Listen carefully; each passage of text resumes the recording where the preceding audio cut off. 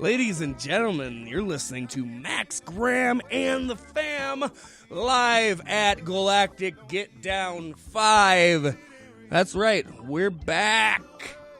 And better than ever. And actually, from the comfort of our own homes, because the Roman numeral for 5 is V, and V stands for viral. This thing is online on YouTube, and you too can enjoy it all weekend long. It's going on now till midnight, and then music starts at 3 tomorrow afternoon and runs till midnight again. And tomorrow's lineup is way better than today's, but it's all been stellar. Check it out. YouTube.com/C/VicariousVisionsMN. They even got a big Zoom chat.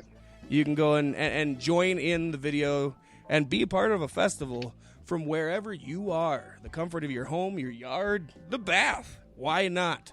Make it interesting. Galactic Get Down is free for everybody to enjoy this year. So why aren't you there?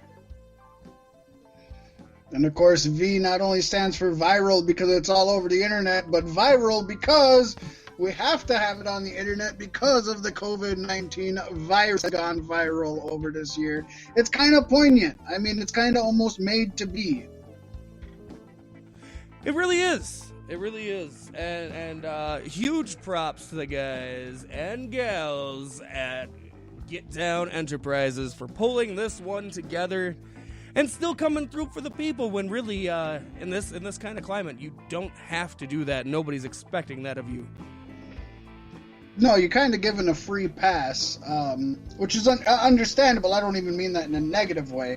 I think everybody should be given a free pass, but the people that go above and beyond and follow through, such as the Galactic Get Down, should give a little extra praise because they didn't have to put that extra work in, and yet they are. Yeah. So, of course, this is B6 Podcast, and we're going to be having the Galactic Get Down music in the background of our show, live as it streams from them to us, to you, to us, to them, again. Like we always do about this time. Woo! It's good. It's good. Perfect weather for a festival, Fat Mac. Yes, it's such a sad state that we're not allowed to go out and enjoy it, especially after last year's debacle of a festival.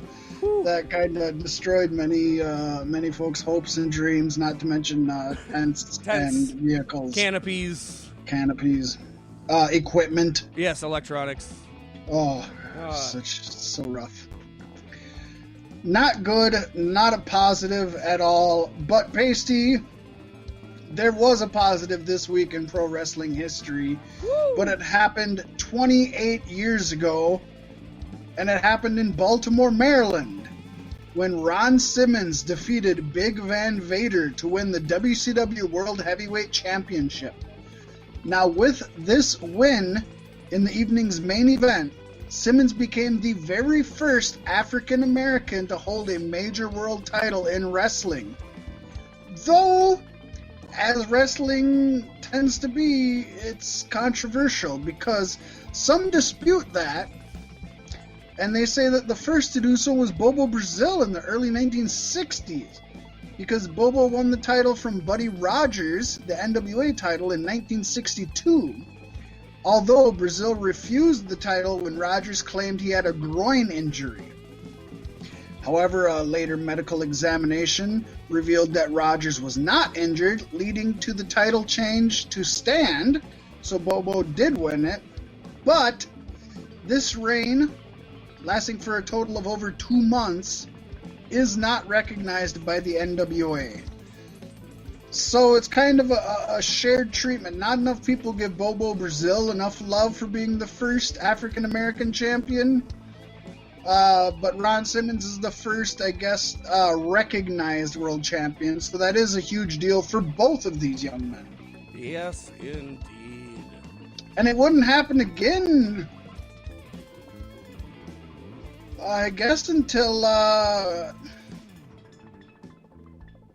do we want to say, I mean, I guess you could say R-Truth with the NWA title in TNA.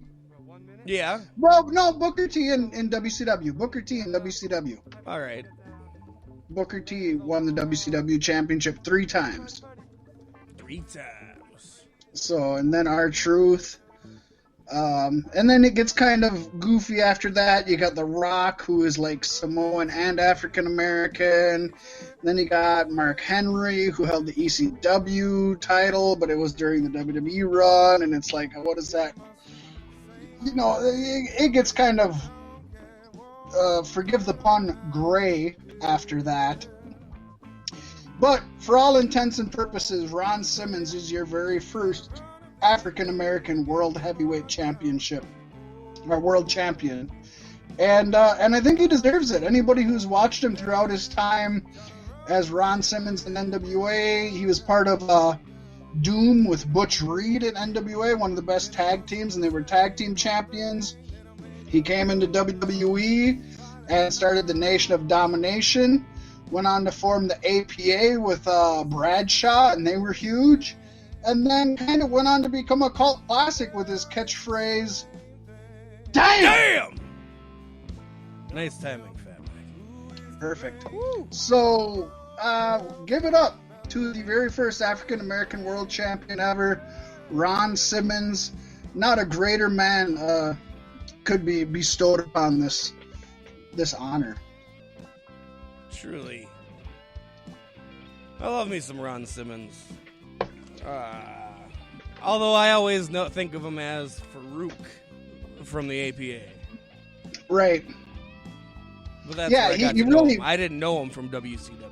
There's kind of two demographics of Ron Simmons fans. There's NWA WCW Ron Simmons fans who think of him as the big badass Ron Simmons, and then there's the WWE fans who think of him as Farouk from the APA, who again was a big badass. You know what I mean? Yeah. Like, he played the same character, other than the short time that WCW had him play a gladiator with like a foam sword and shitty shield. Like, that was kind of sad.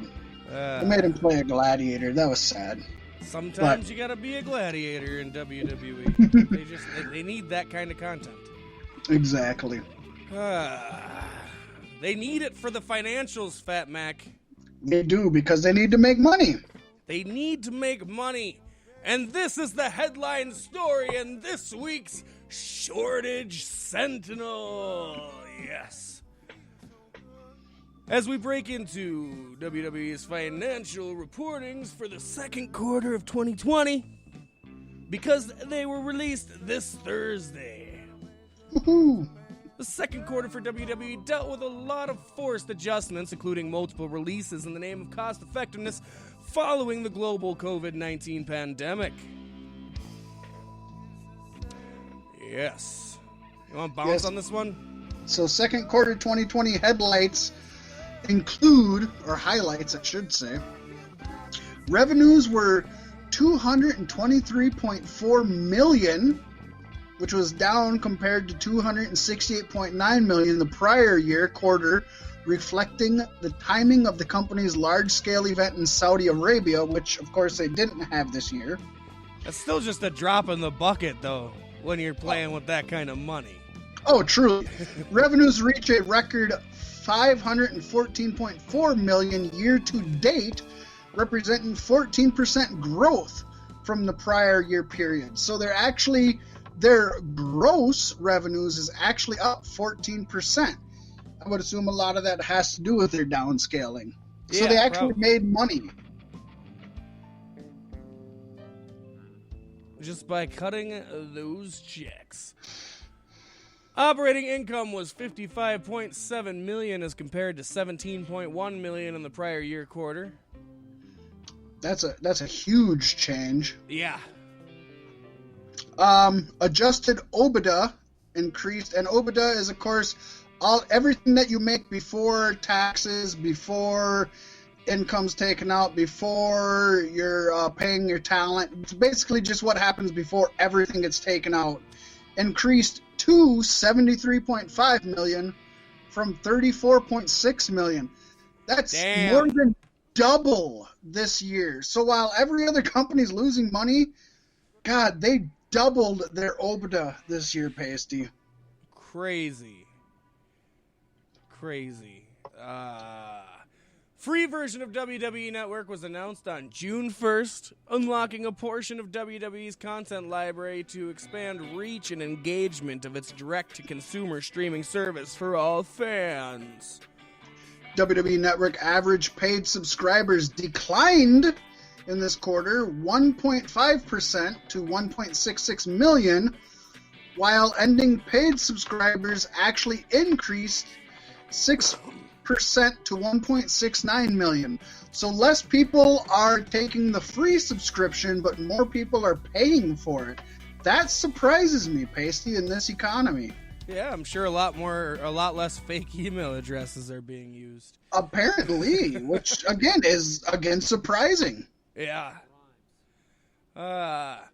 Digital video views increased 10% to a record 9.9 billion, and hours consumed increased 15% to a record 374 million across digital and social media platforms.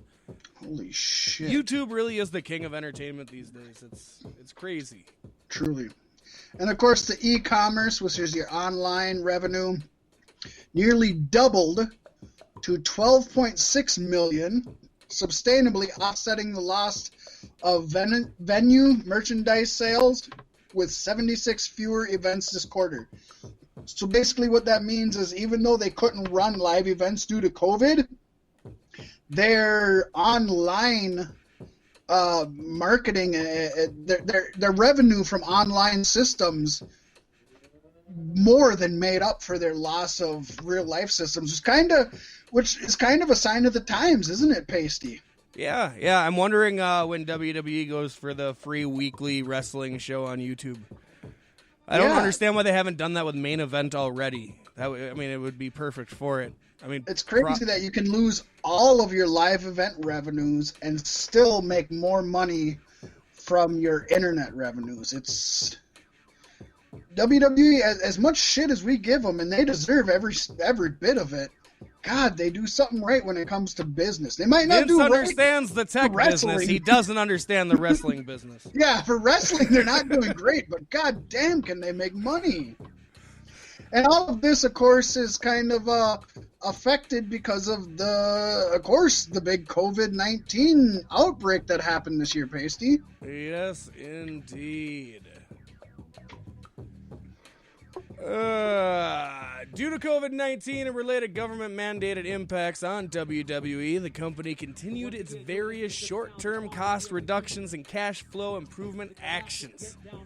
These actions contributed to WWE's enhanced liquidity, which reached $548 million in cash and short-term investments as of June 30th, 2020.